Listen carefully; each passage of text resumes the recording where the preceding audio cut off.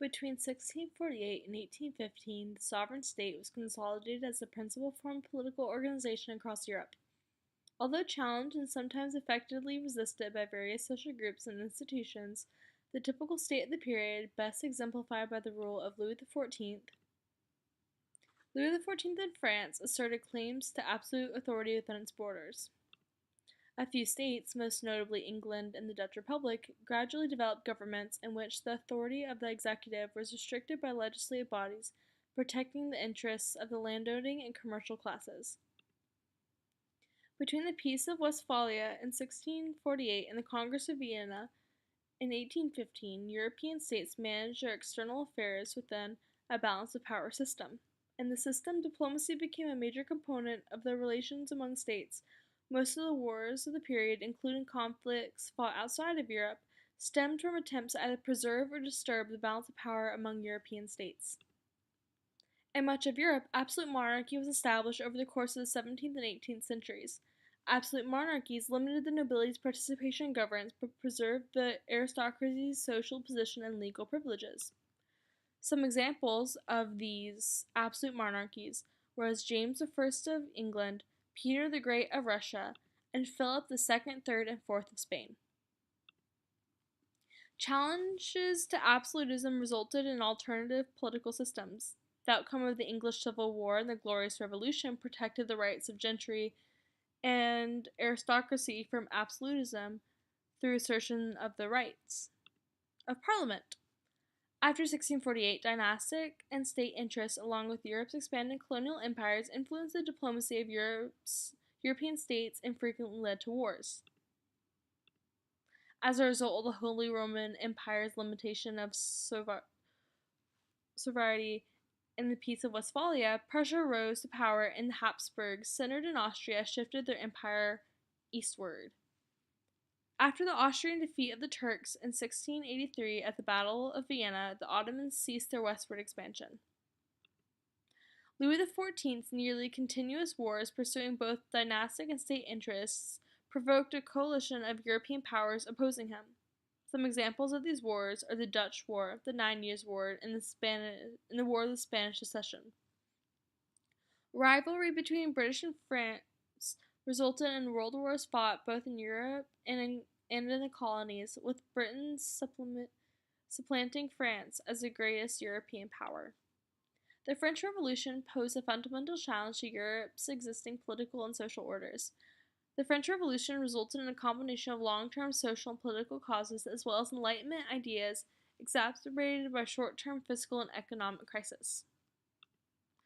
The first, or liberal phase of the French Revolution, established a constitutional monarchy, increased popular participation, nationalized Catholic Church, and abolished hereditary privileges. After the execution of Louis XIV, the radical Jacobin Republic responded to the opposition at home and war abroad by instituting the Reign of Terror, fixing prices and wages, and pursuing a policy of de-Christianization. Revolutionary armies, raised by mass conscription, sought to bring the changes initiated in France to the rest of Europe. Women enthusiastically participated in the early phase of the revolution. However, while there were some brief improvements in the legal status of women, citizenship in the Republic was soon restricted to men. While many were inspired by the revolution's emphasis on equality and human rights, others condemned its violence and disregard for traditional authority. Claiming to defend the ideals of the French Revolution, Napoleon Bonaparte imposed the French control over most of the European continent that eventually provoked a nationalistic reaction. At first consul and emperor, Napoleon undertook a number of enduring domestic reforms while often curtailing some rights and manipulating popular impulses behind a facade of representative institutions. Careers open to talent, education systems, centralized bureaucracy, and a civil code were all built under Napoleon. But during the same time, so was the secret police, censorship, and limitation of women's rights. Napoleon's new military tactics allowed for him to exert direct or indirect control over much of the European continent, spreading the ideals of the French Revolution across Europe. Napoleon's expanding empire created nationalistic responses throughout Europe. After the defeat of Napoleon, the Congress of Vienna attempted to restore the balance of power in Europe. Rational and empirical thought challenged traditional values and ideas during this time. Intellectuals such as Voltaire began to apply principles of the scientific revolution to society and human institutions. Locke and Rousseau developed new political models based on the concept of human rights. New public venues and print media popularized Enlightenment ideas. A variety of institutions, such as salons, explored and dismantled Enlightenment culture.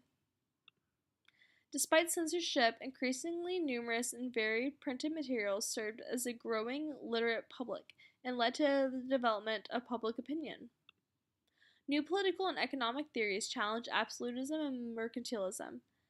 Political theories such as John Locke's conceived of society as composed of individuals driven by self-interest and argued that the state originated in the constant of the government, rather than the divine right or tradition.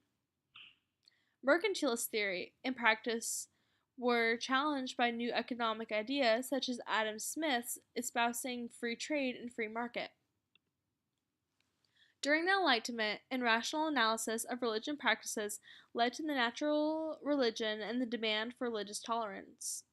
Intellectuals, including Voltaire, developed new philosophies of deism, skepticism, and atheism. Religion was viewed increasingly as a matter of private rather than public concern. But by 1800, most governments had extended tolerance to Christian minorities and, in some states, civil equality to Jews. While Enlightenment values dominated the world of European ideas, they were challenged by rival of public sentiment and feeling. Rousseau questioned the exclusive reliance on reason and emphasized the role of emotion on the moral improvement of self and society.